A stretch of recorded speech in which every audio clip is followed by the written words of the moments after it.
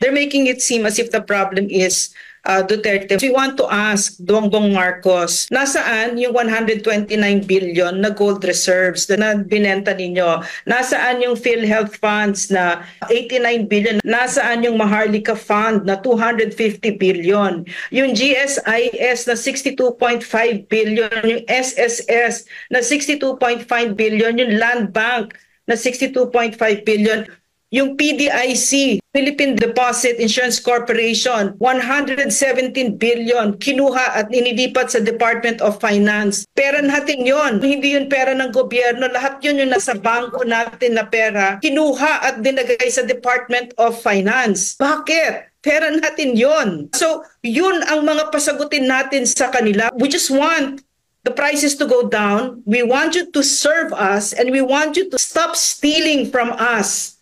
Tumigil na kayo. I just want to echo what